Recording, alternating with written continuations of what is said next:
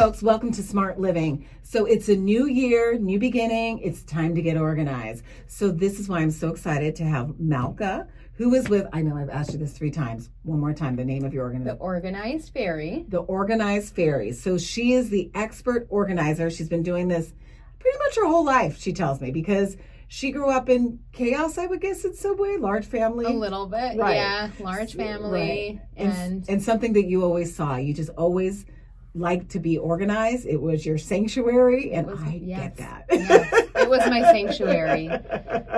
It gave me some calm in all of the chaos. I actually totally get that, and I think a lot of people understand that, because you know what? When one thing that you can control, you can't control what happens in the world, That's right. but you can control your environment on some level, right? Yes, you can. So I totally got that. The state of your home. Yep. Of course. So organizing. So you've made a living at doing organization. Yeah. So can you give us some advice on what we need to do and how we can avoid having to hire an organizer? Absolutely. So I think it all comes down to intention and the way we live our life. And even before we try to get organized, what we want to do is start with decluttering, is letting go of some of the things that we're holding on to that we're not really using anymore. And that's free. We've already spent the money, right? Maybe we made some mistakes along the way. Okay, we can fix those later on. But we spent the money already. So let's start with letting go of the things that we really are not using and we don't love anymore. Right. We see those things around our home every single day, and it drives us crazy. Right. But yet we still have them. I think we're scared to let go. I think so. Yeah. I was going to ask you, you've worked with a lot of people who need a little bit of help with organizing. What do you think? I mean, I'm curious, what do you think the problem is? And I'm saying it is a problem in my book, because when you're holding on to something that's causing you, it's taking up space, it's causing you stress, and you don't even need it, but yet you can't let go of it. What is that? Some of it is permission. Okay. I'm working with a client now, actually virtually, and I see her space virtually. And a lot of it is she's picking up items, and she's like, is it okay if I get rid of this? Okay. Okay. It's literally sitting in the basement, in her unfinished basement. And I'm like, yes, it's okay. And I tell her, this is a big part of it, is people want permission to let go of it. Okay. Yeah. Yeah, I get that. Yeah, if we're decorating our home, we want to decorate our home when our home we're at the stage of the decorating, not 5 years before, oh, that's cute and maybe I'll use it, right? That comes with being more intentional with the way we shop. That's true. Yeah. And then you think about things. So I truly am a minimalist in my thinking. So, and actually I have properties, and I've bought properties, I just don't sell them, and then I end up renting them out. And most of my properties are less than 1,000 square feet, the homes. Oh, yeah. Cute. Yeah. But that's my way of controlling the world. I can control my environment. That is a huge statement. I get that. That's a deficit in my personality. And so if I keep my environment smaller, I can control more. Yeah. So when somebody who likes to have things, yes, and you live in a small space, that's really expensive real estate. So by living in a small space, it forces me that every item that I bring into that house, it really holds it takes up a lot of space. So it has to have value. It does. So is this something that you might walk through some of your clients? So, okay, let me just get through a scenario. And I don't need to over talk and not let you talk. But what I'm trying to get at is, say, for example, you have a client that hires you because they need help to get organized, but they're resistant on letting things go. So what are some advice you give them? You're saying, what's the rule of thumb on how to get rid of things? Okay. Firstly, I will resist that client if they're not willing to let things go. Got it. Because you cannot organize clutter. You can't. It's only going to go back to the way it was again and again. And I think that's what people are missing out on when they say, I keep trying to get organized and it's not sticking. It's because they're organizing their clutter and they're not taking the first step.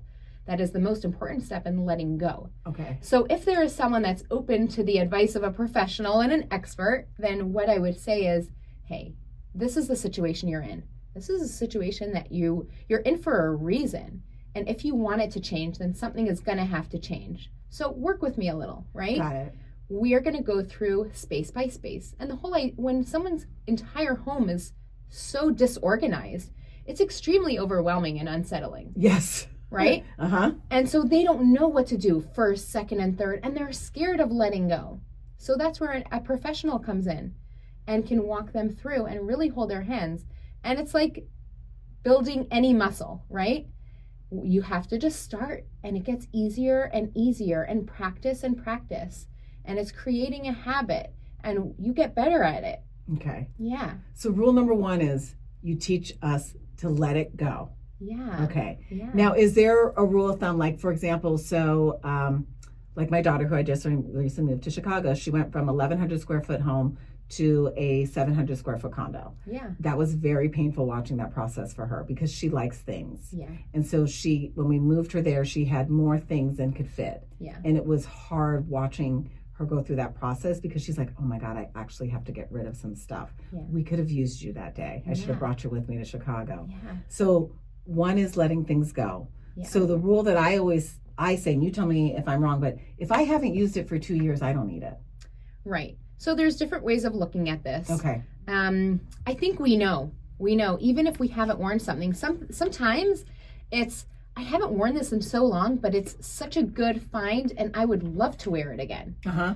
So that's like, I'm not going to tell you to get rid of something or suggest to get rid of something That if you really use. love. Right. Sometimes it's finding the other things to let go of so that you can actually see that item that you love and you just forgot that was there. Got it. That's You a know? good one. I like that. Yeah. So if you get rid of the clutter, and you can see the things that you want to actually keep and use. Exactly. I mean, it falls under, any other space in the house, right? When you let go of the clutter, then your home can shine and you will enjoy being in every single space in your home. This is the space where we come back to after a long day of work, or for many people, they work from their home, right? So Right. Why shouldn't they give themselves that pleasure of enjoying the space that they live in? Yeah, that's true. That's Yeah. true. So, okay, so we let go. Yes. We have now gotten rid of the things that we want, that we don't need, because we've decided that, oh, I love this shirt, but I have to get rid of all the sweaters that are surrounding the shirt so I can see the shirt, Yeah. right? Yeah. So then what do we do? That's a painful process. But then what do we do? It is 'Cause a painful process, but this is going to enable you to really be truly organized. And that's where the transformation is. That's where the letting go will give you the ability to really live once you're organized. Okay. And yeah. Because you know where everything is. Yeah. Okay, so Yeah. we've done all those things. Now let's break it down to like an item in somebody's house. Now, how would Okay. you look at that? So, drawers. You know the utility drawers, the family utility drawers where you put your keys, you put your batteries. This is a drawer where we put everything when we get home. We don't know what to do with it. Some of us call it the junk drawer. Yeah, the junk And drawer. it's really only called the junk drawer because it's not one category of things. It's a lot of different things that you just need in that spot, right? Yeah, so what I like to put in a junk drawer is to use these drawer dividers, which they're basically little mini bins that we line up and we put the things in that fit in that size little category, right? So we might have our keys or some extra change or pens, Yeah. right? Things like that you might need. And you partition it off. So keys will go in one bin. Partition it off. Your Exactly. Your pens will go in another bin. Yeah. So when you open the drawer, it looks like there's some sort of organization. There is, because everything is separated out. It's not everything mixed together. Mm-hmm. Yeah. So we like to do that in lots of different spaces. Think of a kitchen drawer that has lots of, oh Lord, it's escaping me. Just like different. The soup pots and pans. Or how about I'm thinking of like the spatulas. Yeah, spatulas, things like that. Right. What is it? I can't think of it either. Utensils? Utensils. There we Thank go. you. Yeah, okay. yeah. So we use not those kind of drawer dividers, but because those are bigger items, it's like a long wooden or plastic drawer insert, or it is kind of a divider, and we separate it out. And so we kind of make like different rows in this drawer, and the spatulas go in one, and the ladles go in another, and the tongs go in another, and the knives in another. And so everything is, because you open a drawer and everything gets mixed up. Yeah. You're not putting each thing, you're not separating it unless you have those separators. Right. And so It just all goes in the drawer and it becomes disorganized. Exactly. Okay. And then you end up having too much. And then there are things in there that you're not really using because you can't really see what's there or what's not there. Yeah, that's true. That's true too. Yeah. That's true too. So now, when somebody hires you, they can either hire you for a consultation, they can hire you to physically come in and help them organize their house. What is the better way? Does it depend on the situation? So say, for example, so I was telling you that my friend Jen, who I was working out with this morning, I was telling her I was going to interview you, and she was so excited because she actually wants to hire an organizer. I'm not even joking. Because she has a small amount of space, and she's having a hard time getting the space to function better. That would be a good time to hire an organizer, wouldn't you say? That's right, yeah. Because sometimes you just need someone from the outside, fresh eyes coming in, and knows exactly what to do to get you to where you want to be. Right.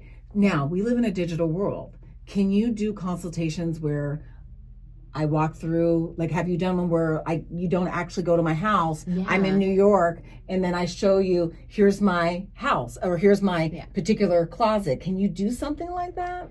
So it's so interesting because this has been a big topic amongst organizers lately of doing virtual consultations. And I've thought about doing it myself.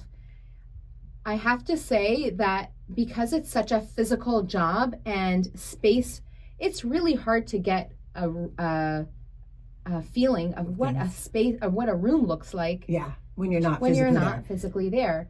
And I've done it a couple of times, and I find that it affects my work. Okay. So for now, until I find a way to do it successfully, I want to come in to a client's home on work day and know what the space has already looked like, because that means I was able to plan for it really, really well. Yeah. Okay, that makes sense. I mean, you want to do a good job. Right now I'm coming in person. Yes. Yeah, and I'm wondering like how that could be. So I really appreciate you explaining that, because I'm like, if you have a business like organizing, we live in such a digital world. Like everything is on Zoom or on camera now, that I'm like, how could you expand, Yeah. And that's something that I think if I have measurements from the client and they tell me, what a space, if I have a video, it'll give me a pretty good idea. Right. And if there's a closet that I need to know the depth of it and how big it is, whatever, I can get that information and I can give advice and guide them and tell them, oh, this is what would be helpful for this space. Right. But you really feel like if I'm going to be very effective and do my job well, it really is an in-person thing for you. And I get that. Sometimes it means moving furniture around. Yeah, totally. Or setting the space up differently. Or maybe this room would be better as a different room. And, and it makes sense that way, right? And the client just didn't think of that before. Exactly. So, and also when you're doing something on camera, there may be something on the side that you're not seeing that might bring the picture together. Exactly. So that is really cool. So getting back to the topic of organizing, in that sense of like when you physically go to somebody's house. So we talked a little about the junk drawer, which is a big thing for people. What are some common things that people hire you to organize? So sometimes it's a playroom. Okay. Right? I mean, it's any room in the home. So maybe a mom is just so overwhelmed by the space. Her kids just have too many toys. So a playroom is a big one that we get called in for. A kitchen and pantry, where the kitchen, there just isn't a flow. And we talk about this a lot with in organizing, that in a kitchen, it's very important how you set it up. As women, moms, we're spending a lot of time in the kitchen. We are preparing food for our family there. And sometimes not enjoying the process is really just as simple as setting up your kitchen better in a way that really makes sense. So that way there is a flow. So there's a lot of intention that goes into where we put things and not just putting things away in the kitchen. Right. So it flows better when you're cooking or doing the things that you're doing. Yeah. Now see, that would be dishes away, things like that. See, I think a good time to hire an organizer is when you're moving into a new place. I'm so glad you brought that up. This just came up as I'm talking to him. Like, that would have been, because that's when I really could have used you. I'm like, God, moving in this new kitchen was so overwhelming.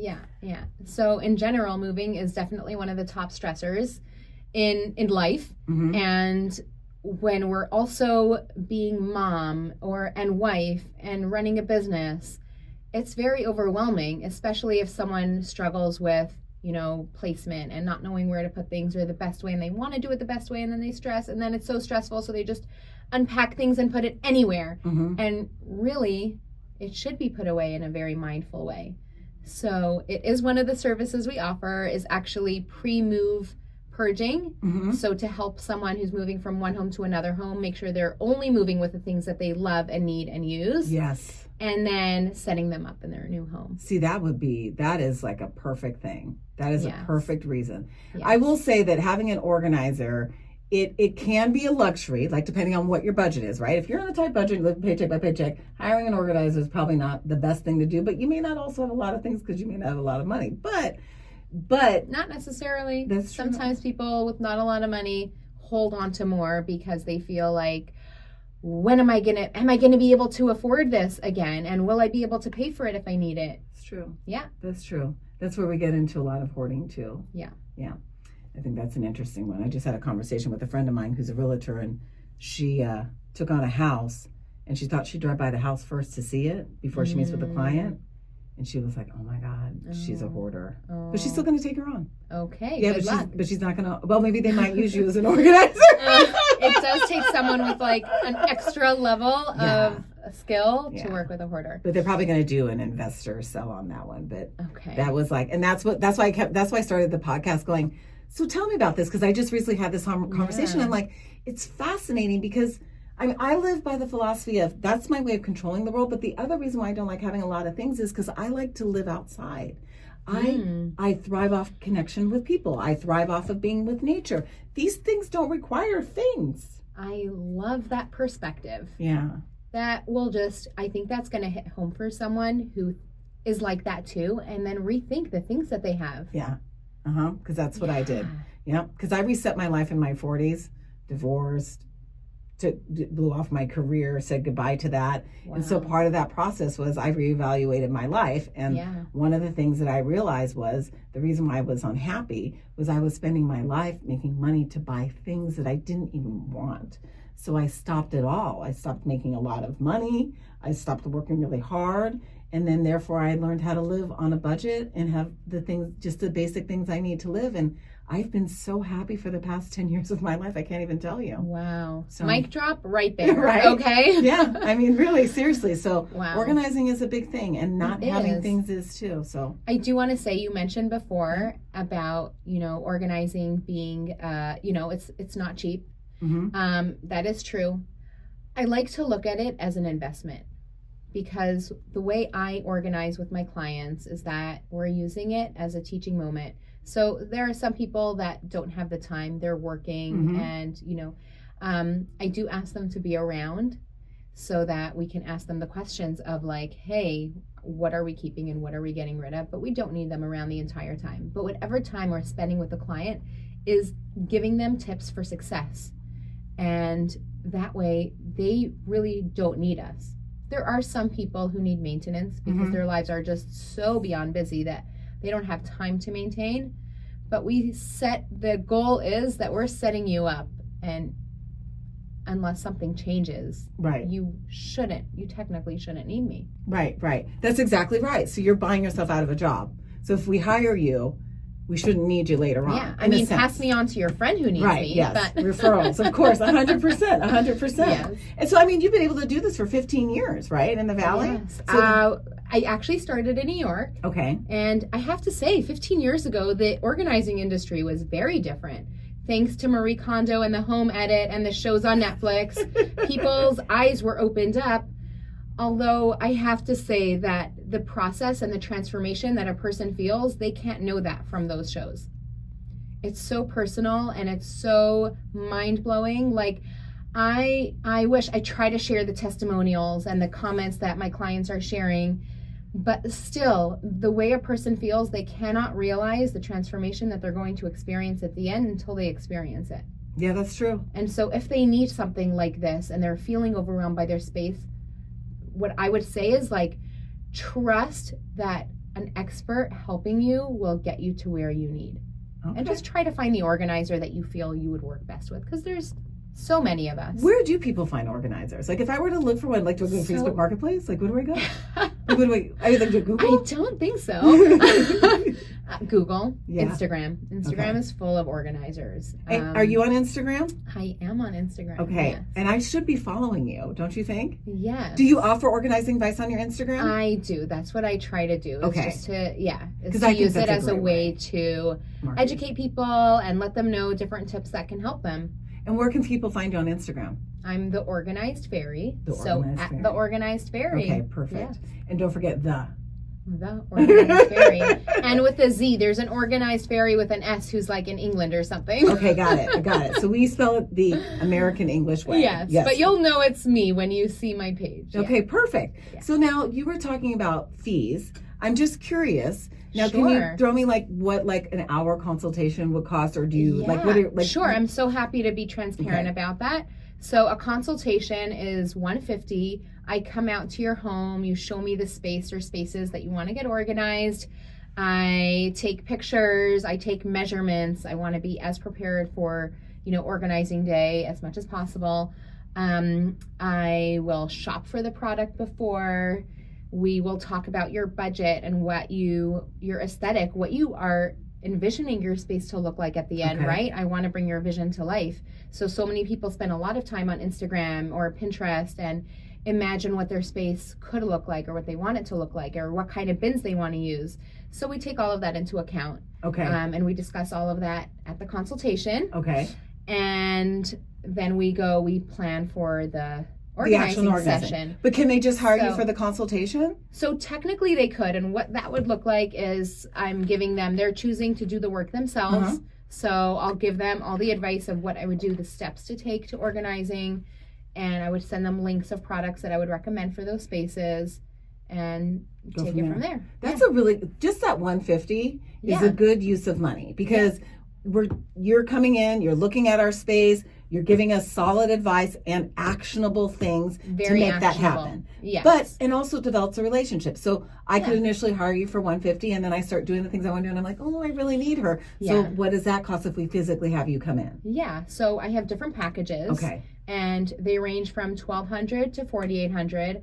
And it all depends on what spaces you want organized. The $1,200 would be like, let's say a kitchen and pantry can be $1,200. Mhm. It's possible we need more hours than what the $1,200 includes. And so we can work up from there. We can just add on hourly. But it really depends on your space, the amount of stuff, and how fast you are at making decisions. Because I like to say I could work as fast as you make decisions. But sometimes people get stuck on the stories. Every item has a story, and they need to say the story. See? And that's okay. I Right. don't mind, but that also costs. Right, yes. Time is money. That's right. Exactly. So get to business. So what I hear you saying is that when we call you, we have to have an idea of what it is that we want, number one, like what space that we want organized before we even call you. And maybe think ahead of time of like, what is the vision? Or you will help that bring it out in us while we're doing the consultation and then go from there and then you decide how you want to do things. I have to say that somewhere along the way, when we discuss budget, because I always bring that up, I want to know what their budget is for this project because I don't want anyone to get scared off at the end.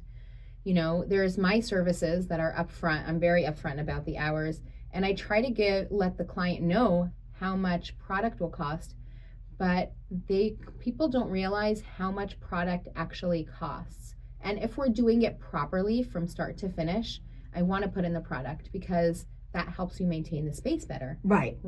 So think of like a pantry. We want to have a bin for the snacks. Mm-hmm. And when we have a bin for the snacks, and we know when we go shopping, this is how much room I have for snacks. Mm-hmm. So we're not overbuying and we're not buying too much for that space. Right. Some people have small pantries and it's okay. I've lived in different homes where I've had smaller or bigger, and you figure it out and you make it work, but shop for the space that you have. Right? And so putting those bins in is crucial to the organizing process. Because that's showing you like you cannot buy any more than this bin can fill. And that's the end of that. It gives you a hard line. A hard line. I like that. Yeah. Okay, now I have another question for you. Go for it. You said you give people like links and stuff like that. Yeah. Where do you find deals on like organizing stuff, like bins and storage things? Like, so everyone knows about the Container Store. Yes, but it's so expensive. And people say it's so expensive, but I have to say that as a professional and organizing so many spaces, I know what bins are really good to get from the Container Store that are not too expensive. Got it. Okay, so there's a lot of things that I'll recommend to get from there because I know that those bins are always coming back. And if you ever need another bin or that's identical to that one, you will find it. Yeah. So Target sometimes has, like, they fluctuate between their products. But my secret sauce is Walmart. Walmart has been carrying the Home Edit line, and it's identical to products that the Container Store sells at a fraction of the cost. What? It's I know. Jackpot. I cannot buy the product from, even if a client does not have a budget and they're like, I'll spend whatever it takes. I physically cannot buy it from the Container Store if Walmart sells it too. Oh my God. Because it is such a price difference. It is. I can imagine. Oh my God, that's huge. Thank you for sharing that. Of course. I appreciate it. So it's called The Home Edit. The Home Edit. Just search The Home Edit on Walmart. You'll see all their organizing products. They have the turntables and the acrylic bins and the canisters where you can like decant some food items. They are the same items. That is fantastic. Yeah. Now, I'm going to tell you, I know for sure you are a very organized woman because you have a very large family and you do not have time. You do not have time to be cleaning up that much. So I think you are probably very solid in what you do just because of the way you live your life. Well, I have to say that a lot of people, and this is where moms are really hard on themselves. Yes. We women are. As women, we are hard on ourselves. As moms, we hold ourselves to a standard that is not practical, that no one is living under those circumstances of perfection. No home is perfect. No marriage is perfect. No family function is perfect. And when people give off the illusion of perfection and living a certain way, they are not doing it all on their own. So if someone is trying to do it all on their own, it is impossible. And so I have become really good at delegating, at getting my family involved. We are all a part of helping around the house and cleaning up. My kids have chores. My husband is extremely hands-on and helps around the house. And I have cleaning help, not once a week, not twice a week, 3 times a week. Really? And for me, it is a lifesaver. It is not a luxury. I have chosen to have a larger family, and with that comes, I need help. I can't do it all. You actually thought this through. You thought everything through. I can. Well, not in advance. But I'm just saying, sometimes you learn through. I haven't always had cleaning help 3 times a week, but slowly but surely over time, I feel very blessed that we are able to do it. Well, yeah, and this is the thing that you thought was a priority. But it's not a luxury. Right. Absolutely not. My mental health is not a luxury. I love this. The way I show up for my kids and my husband is not a luxury. So if I can have someone come clean for a few hours, a few times a week, even a couple of days a week, even once a week, makes a really big difference, right? It does. So what I hear you saying is, ladies. Mamas, stop being a martyr. Yes. Ask for help. Ask for help. And make it a priority if you know it's going to make your life better. I love that. Okay. Yes. Well, on that note, Malka, that is not the biggest takeaway of today. Right. I mean, listen, I hope people listen to the end of this podcast because that's where the good content came. Yes. So listen, Malka, it was so great meeting you. And I am so glad that we got to sit down and actually chat. And I have to say, ironically, full disclosure here, Malka and I were complete strangers until today, but we actually live in the same neighborhood. She's a runner. Daphne's been stalking me, apparently. Totally. I was like, I know where you live. I've seen you run. But, I used to be a runner, and I always love enjoying watching younger women run because I know what that's doing for you. That is another part of what gives me life and helps me get through it all. Yeah, because you take time for yourself. Yeah, and it could be running, it could be walking, but I have to say any kind of movement that you find that you could enjoy, just do it. Take the time, make it a priority. Even if you have I have a friend who I've been trying, she's like, she gets inspired by me running and she's like, oh, I wish I could move. I wish I could walk. And I'm like, take your baby for a walk. Like, just go outside. Just get in we are living in such a beautiful place. We have beautiful weather now. 6 months out of the year. 6 months out of the year. Enjoy it. I'm literally like, it's euphoria. It's a free drug for me. Yes. So, absolutely. Yes. Anyways, I'm going to wrap this up. Malka, if anybody needs to get a hold of you, they can follow you on Instagram. You can also follow me and read a lovely article I'll be writing for her, which will have links to get a hold of her on my blog at smartshopperdaphne.com. And don't forget, guys, I'm Daphne Monroe, your smart shopper. Have a great week.